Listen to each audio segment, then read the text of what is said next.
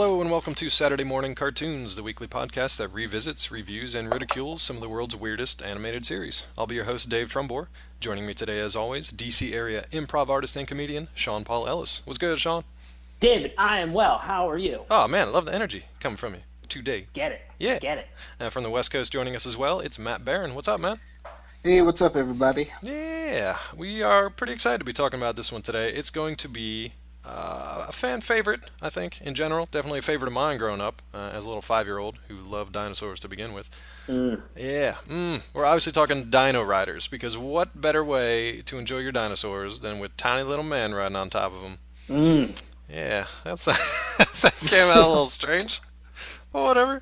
Tiny man, lasers. Lasers is what I meant. Dinosaurs with lasers is what I meant to say. Yeah. This was back. This series was produced back in 1988. Right. Went for one season, totaled 14 episodes. Which is sad. And, it's unfortunate. Yeah, I know, and because I agree wholeheartedly with you, David, is that I love anything related to dinosaurs. I don't care how bad it is. If it has dinosaurs in it, I will love it. And there were plenty on TV around the late 80s. There were so many dinosaur Dino shows craze. on that time, which I love, and I can't wait to talk more about. But this was like one of those shows that you were just like, oh my god, Tyco is straight up just trying to sell me stuff. And then you pause for a moment, and you're just like, thank you so much, Tyco. Thank you for this opportunity. I wanted to buy all of these anyway. It was great. It was like watching like half-hour long commercials for awesome toys. So it was I own several of these action figures, and they're in my garage right now. Yeah, I think we talked about that offline. I have like there were Sorry, only not sorry. a few of them that like were actually motorized. So a lot of these things like they were good-sized toys too. They weren't these tiny little chintzy things. They were good-sized toys. And I think there were like 4 or 5 that actually like were motorized and walked. Yeah. And they came out in like 3 different series that kind of followed along with the different episodes and stuff. So I definitely had the T-Rex. I remember my neighbor had the good guys side of things, but I had the Triceratops and like whatever the Brontosaurus was. yeah, whatever. Scientists have changed our dinosaur names so many Diplodocus. times. Or Yeah, whatever. Who cares? And there are no more Triceratops. I love it apparently. anyway. I like that's here's the thing. You can call it like whatever, and I just be like, I love this dinosaur. Exactly. I want it. Matt, did I you want watch 5 of this? them. Did you watch this growing up? I can't remember if you did or not. No, I Oh, really really? didn't. Well, then get I the mean, fuck out.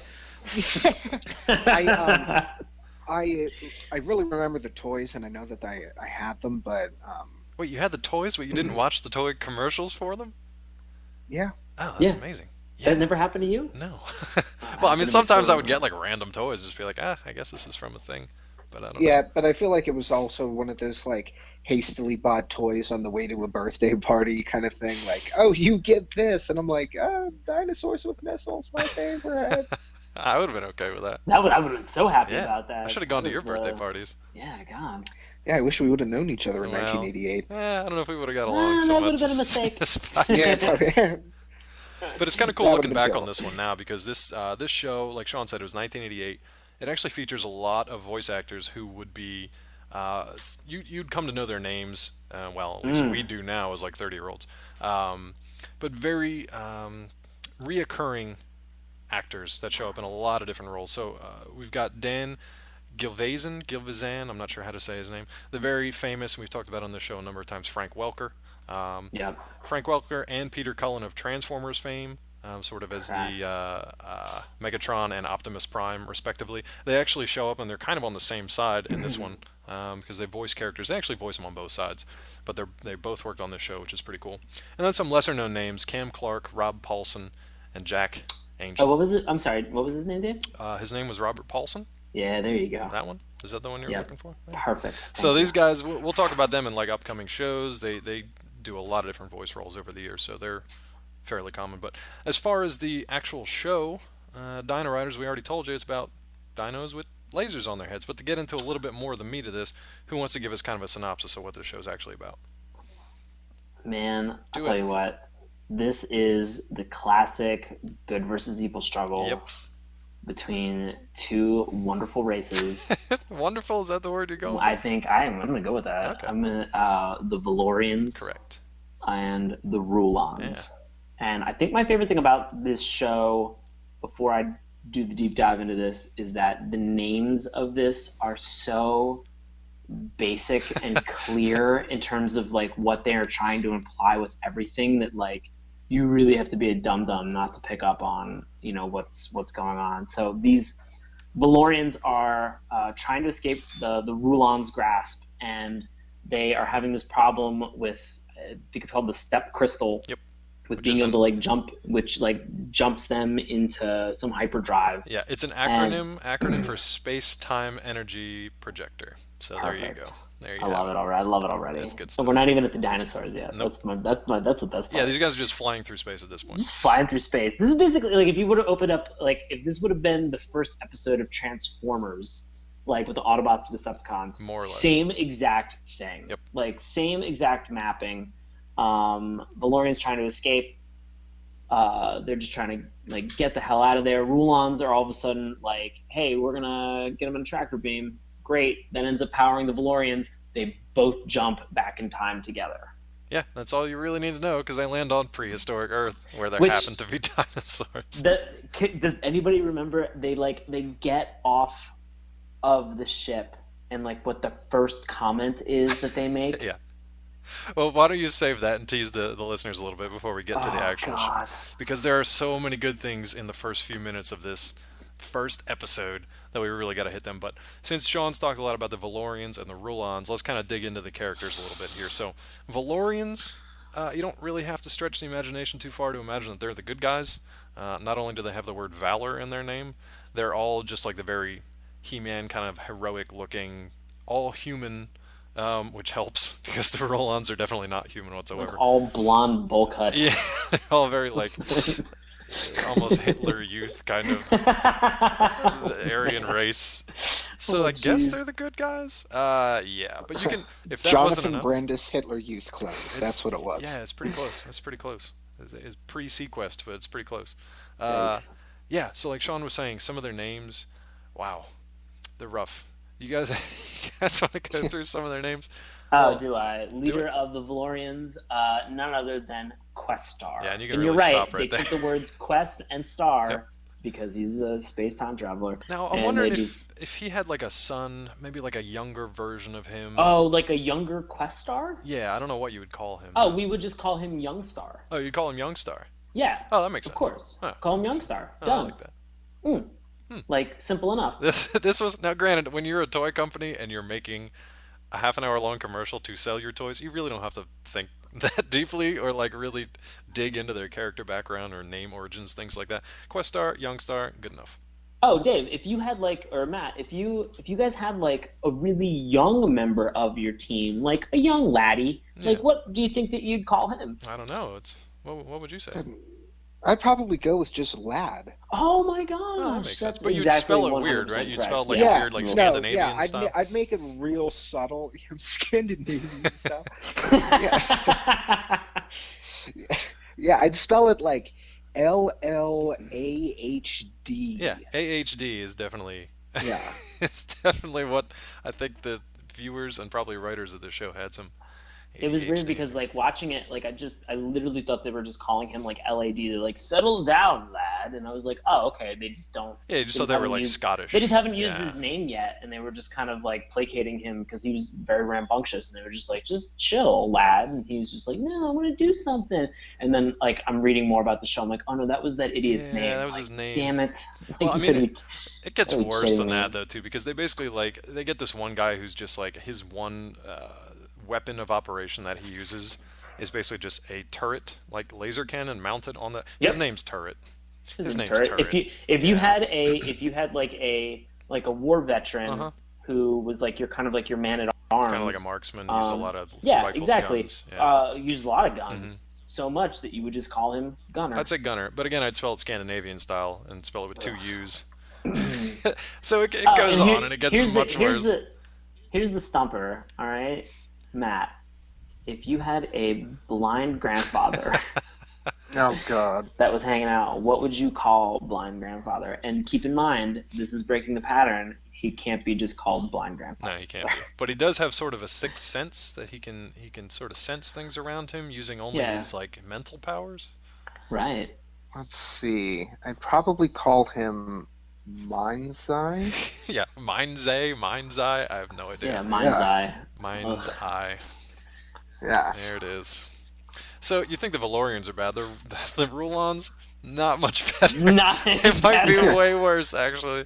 My favorite is their leader, because when you're the leader of the evil Rulons, you're probably, man, I don't even want to play this game anymore. Like, what Let's would just you stop. Let's call just him? Yeah, stop. his name's Krulos. Okay, his name's Krulos, and he's basically like this sort of frog-like human creature who, like, I didn't realize this until way later in the series, but he's got this sort of like domed exosuit that he kind of wears, this like domed headpiece that he kind of sees through. I Yeah. never realized that was like water filled. I never realized that Oh, he was in really? like a liquid environment. Yeah, because it gets like Yeah, yeah. cracked open later on. The stuff You starts know, leaking out, and and he's like drowning basically because he's sucking guys, down air. amphibian shit. Yeah, I didn't even think Makes of that. sense. Didn't even think of it. So yeah, Uh, and then there's things you've got like yeah, go ahead. there's like a shark that's called hammerhead. Because he's a There's hammerhead shark. like a snake that's called rasp. There's an ant. They're not even Nope. trying at this part. Gave He's up. just called Antor.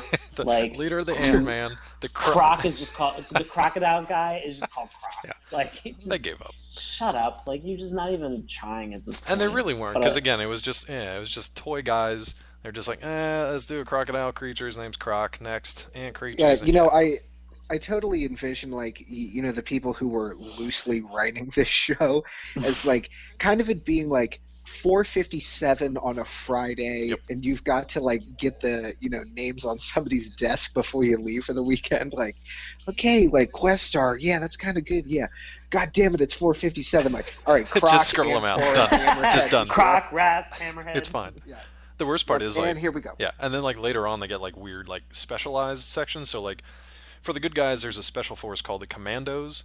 Again, they now granted you're a few episodes into it, they still don't even care. There's one guy who's like he specializes in Master of Disguise. Of course, his name is Chameleon, spelled in a Oh. bizarre kind of way. You have a demolitions expert at that point, and he's just called Bomba.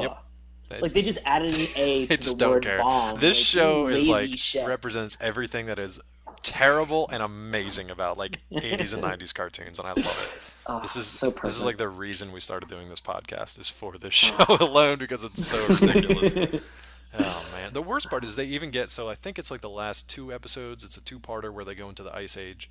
Yeah. They actually encounter basically prehistoric like cavemen, so prehistoric humans. The young one is just called Cub, and at that point, just stop. That's when the show was done because stop. people just gave up. They just gave up. But we had very auspicious beginnings, as Sean mentioned. Now you would think that for an animated cartoon series, you've probably seen the animation pop up here and there for Dino-Riders. How this episode begins, probably a little bit surprising. Oh Do you my guys remember God. how it begins? Do you remember Yeah, that like it 30-second does. intro? It starts with a Take on Me Yes. music video, Yeah. like of a kid walking around a museum, and he's trying to figure out like what's going on, and this jerk, this kid that ruins it for everybody else on the field trip, wanders away from the rest of the group. That's exactly what they tell you not to do in these situations. stay This with your kid buddy. wanders away, and the dinosaurs just come alive. And here's the amazing thing is that if you think to yourself like, oh man, I bet this is mildly educational, it's not. And if you think to yourself, oh man, maybe they'll call this back in a later episode, they don't. Nope. There's no connection whatsoever. I have no idea why it started that way. Maybe the guy who did the Take on Me music video like wanted to get into cartoon production and like did the first. Trying to get that NEA money probably. Who knows? Who knows? Yeah, they stamp anything as we've seen. But yeah, I don't know. But they give up. Yeah, like you said, Sean. They give up on that. If it was a premise, if it was just a cool idea they had, they throw it away within the first like 30 seconds. Because then from there on Yeah, I out, it's mean- all cartoon crazy. It's amazing that they acknowledge it, and then they're just like, well, this was a dumb idea, and we just really liked Aha, and screw it. Fair enough. Like, they just run away from it as quickly as possible, so whatever. Yeah. It was good. Here's the thing. It was ruining us from getting to the fun dinosaur space travel Yeah, that stuff. 30 seconds was unbearable. I almost turned it off, but I never actually did. So, you didn't. No, man, I had like the VHS copies of these things. Going back to what we were talking about earlier in the show, like I had the VHS copies of these. I had the toys themselves. I could have sworn when I was a kid there were more than 14 episodes, but as we've seen, definitely not. So Yeah. it's kind of surprising. This first one, like if you watch the first episode though, it really does set the stage for like the entire series because it's just like you said, it's that good versus evil. It's a series of bad guys look like they're gonna win, good guys are in trouble, good guys turn it around at the last second. And I mean, that's pretty much like, it for all 14 episodes. Yeah. like the one thing that I do, I'm gonna start getting into episode one. Like the one thing that I like about this is just that like it plays into like those like a lot of like the good versus evil like tropes. Like they crash land on a planet. I won't tell you what planet it is just yet. All right, but they crash land, and the Valorians crash land into like this nice grassy meadow. Yep. Like it's a beautiful place where they can begin to like cultivate like agriculture and growing like a small farm. The Rulons, man, they crash into like the side of a volcano. They crash into like an area that's like full of like rock. Yeah, it's just lava, dry and craggy like, and it's rocky. Evil. Yeah. Like it's just it looks menacing. It was 100% so, the Thundercats kind of opening thing for me. Oh yeah, 100% the exact same thing. Well, even before they get to Mumra, but yeah, like the mutants chasing the Thunderians, same kind of thing. Except in that case, nobody was quite human. In this case, it's creatures chasing humans, but yeah, almost exactly the same. Or Transformers, like you mentioned earlier. But yeah.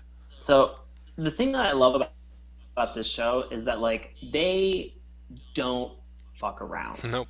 Like that's what I love about it, and like they don't spend any time like trying to here's the thing, Valorians hate wasting time. All right, so they're just not gonna do it for you. So don't worry about it. And so like they get off of this ship and just please tell me that somebody knows like exactly what they say. I'll let you say it because I can kind of remember what they say. I love the fact that like so as like a scientist background trained in like microbiology, I love that they land on this planet and then just walk right outside. Just walk right outside. No, no suits, no nothing. Everything's fine. Just walk right outside. But yeah, what do they say when they walk caution in the wind. They immediately know because they see dinosaurs. Questar's just like, oh, we must have landed on primitive Earth. Yeah. Like, oh yeah. Way to just put two and two together, buddy. Now, who knows? Maybe in their their galactic university system, maybe they know about primitive Earth and that dinosaurs roamed, 65 million plus years ago. Maybe they know that, and they just happen to land here because their step crystal went all wonky and threw them back in time and space. I think the other beautiful thing about this show that the Valorians like don't waste your time on is they have these, which becomes like immediately. I know where you're going with this. Yeah. Is immediately explained. It's like a total crutch, but yeah, which like Baron, I think you mentioned before, like it's never really explained. They just use it. Nor should it be. No, it's very like internal technology. Yeah. Yes. To the show. Every Valorian wears a pendant around their neck, and that just allows them to communicate telepathically with dinosaurs. Never explain. Who doesn't want that? I want that now. I definitely want that. I want that so bad. And like they basically they touch down. Point 1. Yep. Get to Earth. Point 2. Realize that you're on Earth. Point 3. Talk to dinosaurs. Yep, they right to it, man. That's maybe 10 minutes, maybe 10 minutes. They put their hand like right to their pendant, and they're just like, let's be friends. Dude, and these the dinosaurs are just like, they're so chill. Yeah, these cool dinosaurs are so chill because they're just like, oh, there's these things, these weird creatures we've never seen just land in a giant metal fiery ship. I mean, like, I feel like if these dinosaurs are going to be this chill, then they need to be like Denver quality chill. No, I don't even want to talk about Denver, the last dinosaur, ever again. You're welcome. Never again. You're welcome. Brought it up. So yeah, I mean, like they begin like using these dinosaurs for like agricultural means. Well, here's the thing. So as ambitious as these Valorians are, I will posit that the Rulons are equally as ambitious, just in a very different direction. I'm going to let Matt, do you want to talk about the Rulons' kind of approach to this new world filled with dinosaurs? And so the Valorians see them as agricultural and friendly and like maybe defense partners. How do the Rulons see them? Yeah, so I mean, I think a good way to characterize it is kind of Valorians are. I mean, they're like definitely domesticating the dinosaurs, but it's a much more like kind of symbiotic relationship. Yeah. The Rulons just set up like a factory, pretty much, and just start enslaving these things with what do they call them? Brain cases or something? Brain boxes. Yep. Brain boxes, and they just like make their eyes go like meth addict red bloodshot. Just fucking berserk. They make them just go insane.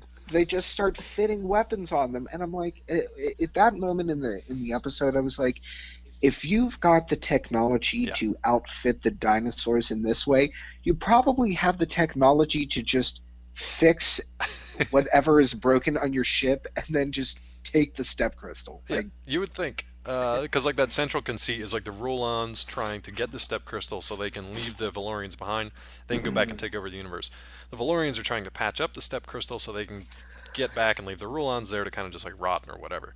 But that all kind of gets sidetracked because dinosaurs. So what the hell, why not? I love the brain boxes though, because Krulos, you can see it in his beady little frog eyes. Like when he sees these dinosaurs, he's just like, oh my god, my lifelong dream to have an army of dinosaurs is finally within my grasp. And they do like, Matt, like you said, they do some terrible stuff. Like they corral these dinosaurs like into like these like cattle chutes almost, and they just like, you know, rope them around the neck and hold them in with like electrodes. I mean, they montage this up. Oh, it's a great montage too. It's terrible, but it's great. It's so good. It's because they're just cattle prodding these things and like Dave. I mean, the process was, I mean, it was comical, and at the same time, you're just kind of like, Jesus, that's violent. Yeah, it's pretty rough. Now you would think. Go ahead, Dave. I was just gonna say, you would think that if you need to be lord of this prehistoric Earth where there are dinosaurs, you might want to get the king of the dinosaurs on your side. And before we get to that, well, Sean, what were you going to say? Because I want to take maybe a quick commercial break here before we get to the king of the dinosaurs. I'm glad that you mentioned that. Excellent. Because if your town has some type of a levee or let's say a structure that holds back water, say a dam, a dike, whatever. Let's say that dam breaks. What are you going to use to fix it? I don't know. Do you have something in mind? Matt, do you have something in mind that you would use? I don't know. What would you recommend, Sean? Guys, I'm going to tell you right now about this incredible product, Tyco Super Blocks. Oh man. Oh God! And guess what? Compatible with Legos. Yeah, how about that? Snaps right on. The version that we found and all three of us watched on YouTube for Dino-Riders has some of the most nostalgic and wonderful commercials that we have seen like in forever. Oh, and they are them ridiculous. In there too. They are ridiculous. Guys, what goes along with radio controlled cars? Just spitball, top of the head. What goes well with RC cars? Keep in mind. I remember glow-in-the-dark train tracks. Keep in mind, if you don't say banjo music. Oh yeah, I'm gonna throw you out a window. definitely banjo music. Tyco RC and then banjo music. They had so many though. They had like these crazy the remote control cars. They had like Formula One racers that were remote control cars. They had these like ones that were almost like slot car racers that were on a track but would like knock each other off and like jump over canyons and like jump over streams. They had these trains that were going like up the walls and like in loop-de-loops, and I remember those as a kid. That train was the worst thing I've ever seen. It was basically like a Japanese like bullet train, like a passenger train. I imagine if you had the really nerdy engineer dad who worked on like rail systems or some sort of like just really, monorails. Yeah, exactly. monorail. If you got that toy, I would look across the room at my dad and just say like, "What the fuck is this, Dad? Take it back, Dad. Like, you want me to build this train? Don't even open the box, Dad." Yeah. Just, Dad, you're the worst, and I want to take back my number one dad. Oh, take back that mug. Take back that mug that I gave for Father's Day. That is harsh. And just Sharpie a 2 on there. Oh God. But I will say this. Wow, you just knock them down 1 point. I mean, knock them down a couple. Put a 0 at the end of that. Hey, he's got some ways to go. But no, I will say this: like the Tyco commercials that like intersperse this craziness of dinos with lasers on their heads. Those commercials almost better produced than the entire show itself. Oh God! I mean, they had like great production quality. Stuff is blowing up. These little like construction vehicles are patching stuff together and like saving people. And there's live like water flooding the place and like all kinds of crazy stuff. That was a lot of fun as a kid. I love watching those things. Did you guys buy any of those toys? Did your parents buy any of those toys? I don't think I ever had any of those. I definitely had the RC race car. No, never had that one. You lucky bastard. I don't think I had that one either. Well, Matt had the number one dad, so what are you gonna do? Wow.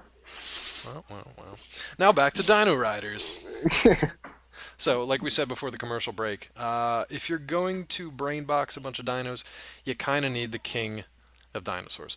So that means you need Tyrannosaurus Rex. And of course, Krulos and the Rulons get a hold of him. Sort of. They kind of have him for a while. They have some glaring weaknesses with their brain boxing techniques, which is basically like... So lack of a chin strap? Yeah, no chin strap. Not really secured at all, just kind of like... contour shaped and just hanging out on the dinosaur's back. So if a well-placed laser shot hits it, that thing's gone. It's done. And then the dinosaurs are free to rampage, as they will, take down whoever the hell they want.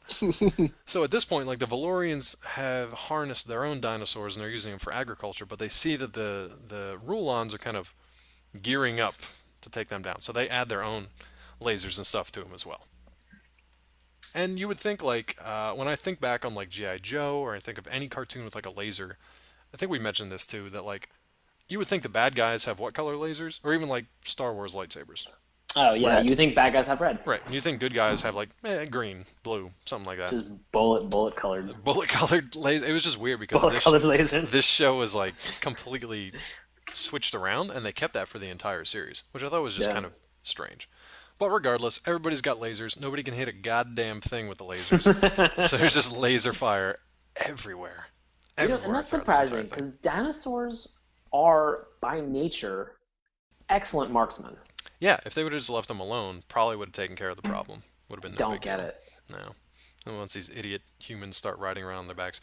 Oh, this brings me to an interesting point. Sean, I don't know if you remember this, but you made a very funny point when we were talking about this show offline. Basically comparing the idea of Krulos, the amphibian, riding a dinosaur, to... Do you remember what you said?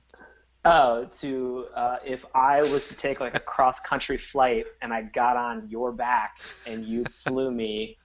Like, he's riding on his ancestors. He's riding on his ancestors. So Sean was like, that makes about as much sense if I went back in time and just rode around on the shoulders of a caveman into battle. Yeah, it's like if I got on, like, my dad or my grandfather, somebody older than me, and I rode them into an epic battle. Into epic laser battle.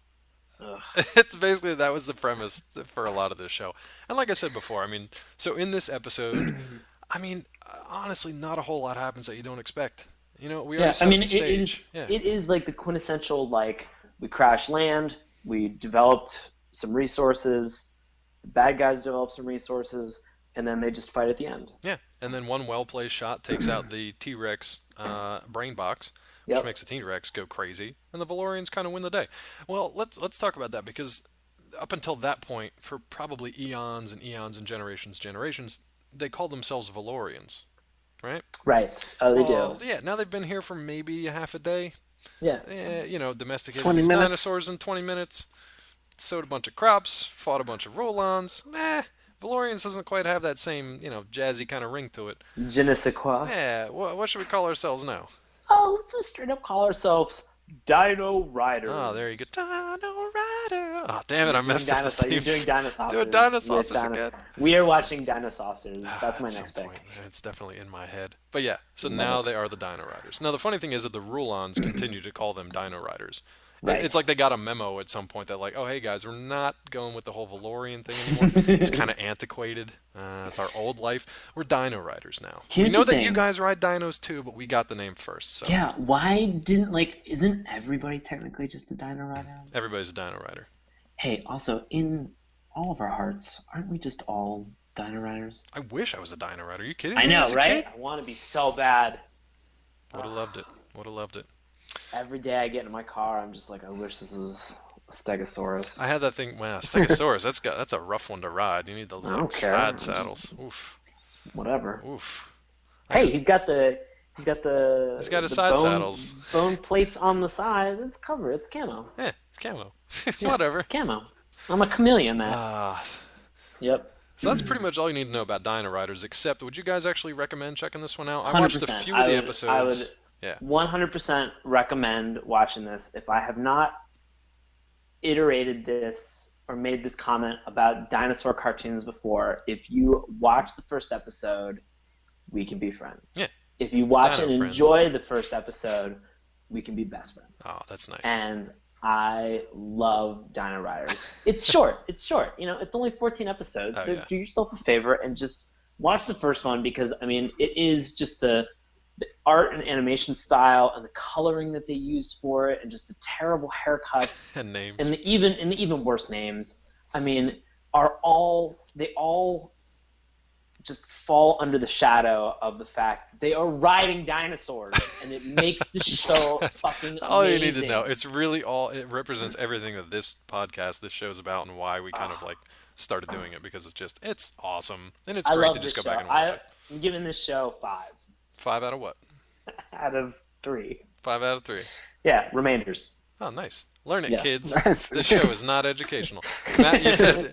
Trying to get that NEA money. Well, neither the podcast nor Dino-Riders is educational. A 5 out of 3. I give it a 1 and 2/3. Yeah. No, Matt, you said you didn't watch it, but how do you feel? Yeah. I do not recall watching the show growing up, but, I thought it was a good show.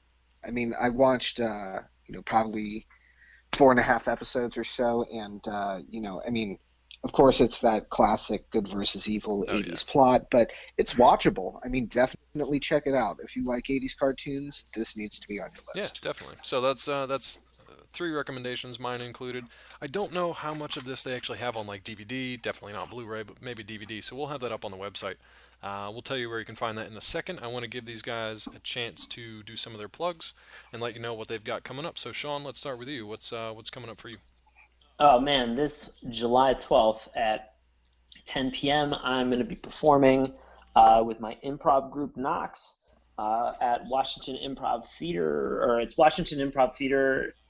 It's going to be at the Source Theater in U Street. I should just start this plug. I'm terrible at promoting myself. You got it.